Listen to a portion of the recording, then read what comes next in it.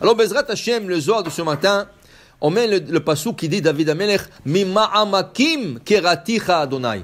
De profondeur, je vous ai appelé Hashem. Mima'amakim. Rien que vous sachiez que avant, il y avait une période où les Ashkénazes, ils construisaient des synagogues comme des stadiums.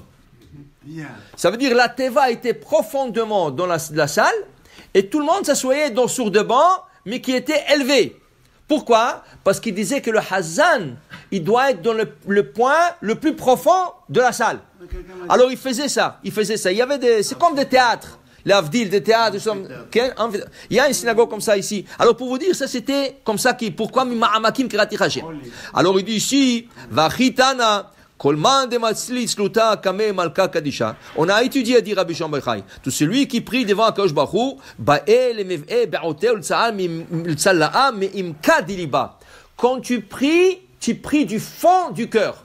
C'est une expression, mais aussi c'est David Amer qui s'exprime comme ça. Tu pries du fond du cœur. Ça veut dire vraiment dans le point interne du cœur. Maintenant, il dit ici, je ne comprends pas, dit Rabbi Shimon Bar Yochai, mais David Amer, il a dit quelque chose d'autre. Bechol libi derashticha. Dans le psaume 119, David Amer dit Bechol libi derashticha. Attends, tu cries pas du cœur, tu cries du fond du cœur. Ça veut dire un point très interne du cœur.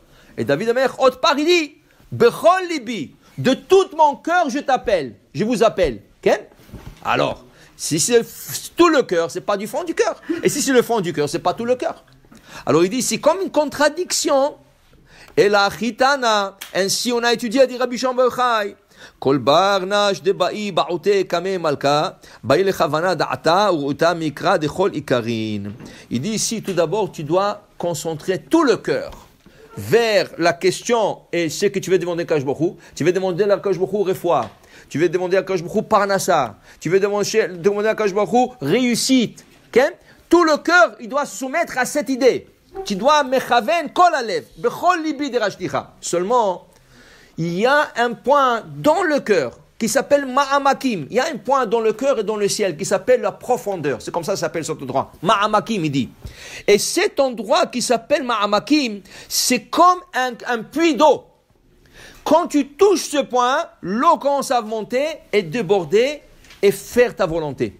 Alors ça veut dire que toi, tu dois penser, je demande maintenant à Akadosh Baruch Hu, du point qui s'appelle Ma'amakim, qui fasse ma demande. Que ce soit refoua, parnassa, réussite, c'est quoi qu'il soit, je mets tout mon cœur et toute ma pensée vers cet endroit qui s'appelle Ma'amakim, et je veux que cet endroit de bord, et il fait ma volonté, il m'écoute, il fait Veda, il crie Ma'amakim, imka de kula, imka de bira, bema'abouim, nafkim, minagdin, bracha kula. Si vous vous rappelez, on a parlé du Nil, dans le parashat Shemot.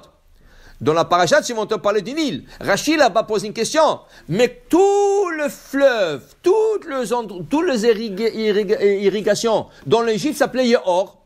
Alors, quelle était la différence entre le Yehor et le Yehorim et les autres? Tout le source d'eau s'appelait Yehor en Égypte. Il dit non, le Yehor s'appelait Ha-Yehor, avec le He Hayedia, le Nil, Les autres s'appelaient Nil. Le grand s'appelait Ha-Yehor, le Nil. Pourquoi? Parce que c'est lui qui montait et il rentrait dans tous, et c'est là qu'ils pouvaient, eux, donner de l'eau. Alors, c'est ça. Il y a un point dans le cœur. Si tu concentres et tu penses et tu dis à Hachem, je t'appelle du fond du cœur, ce point-là, il monte et il irrigue. Ça veut dire qu'il commence à emmener les bénédictions dans le monde, dans ce monde. Pour dire que vraiment, une personne doit penser avec beaucoup de kavana. J'ai vu une histoire une fois. Le Baal Shem Tov, en son époque, il y avait une sécheresse. Et tous les fermiers juifs ne savaient pas quoi faire. Ils ne savaient pas. Ils dépendaient de cette pluie parce que sinon, la parnassa, ils n'ont pas une parnassa pour un an. Et la récolte et tout ça, ils ont investi d'argent. Baal Shem Tov, il a fait chez Elat Chalom. Il a fait une demande dans le rêve. Comment on peut sauver la situation? On lui a dit, dans tel village, tel et tel village, tu vas là-bas, il y a tel et tel monsieur, si tu lui demandes de prier avec ferveur, le ciel va l'écouter et la pluie va descendre. Ah oui, ça doit être un tzaddik nistar que personne ne connaît. Il est parti tout de suite à faire la recherche, il est parti dans ce village, il a trouvé cette personne. Il lui a dit, s'il vous plaît, fais la prière avec ferveur pour qu'il y aura de la pluie aujourd'hui, demain, parce que le fermier est vraiment besoin. il a prié. Le même jour, le ciel se couvert avec du nuage et il y avait de la pluie qui est descendue. Il a dit, mais celui-là, c'était un Sadik Nistar, c'est pas possible.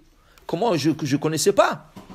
Il dit, monsieur, vous connaissez un peu de la Gemara, la Mishnah? Rien, ignorant, totalement ignorant. Mais comment le ciel est en train... Il dit, dites-moi, tu as vu que tu as fait la prière et la pluie a commencé à descendre? Il dit, oui. Il dit, quel kavana tu as fait? Il dit, c'est très simple.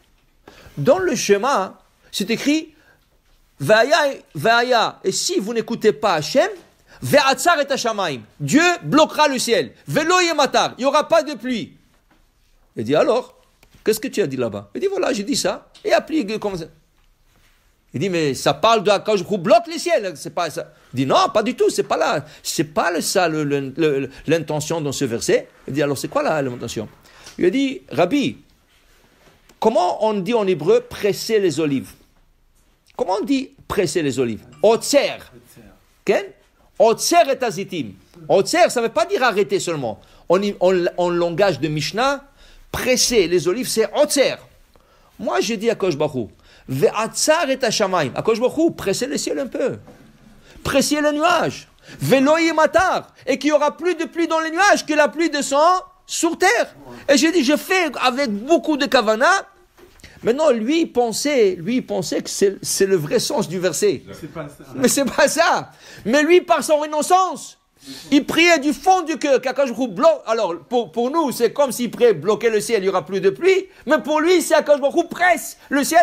Alors, pour te dire, quand tu pries avec kavana, même si tu as quelque chose dans ta tête qui est le contraire, Akadosh Baruch Hu exauce ta prière exactement comme elle doit être. Baruch Adonai Le'olam. Amen. Amen.